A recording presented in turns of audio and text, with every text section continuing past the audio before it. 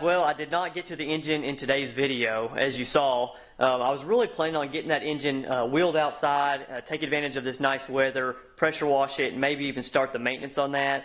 But honestly, I kind of underestimated how long it's going to take to get all these small things put back in here and cleaned up, refinished, and repainted, just like you saw today. It really took a long time to get things cleaned up. Brake booster, it took a while getting it sanded down and repainted, and just waiting for everything to dry before I reinstalled it. I am really happy with how things are turning out. I mean, the finishing touches here, like the resto tuner nuts and bolts, are really making things shine in here and make them look factory. The resto tuner label here, I stuck it on the fuse box. The one that was on there was peeling off. Fuse box is looking a little chalky. I got it cleaned up, put some ceramic coat on there. It's looking nice as well. Same for the wiper motor. I'm really happy with how things are turning out.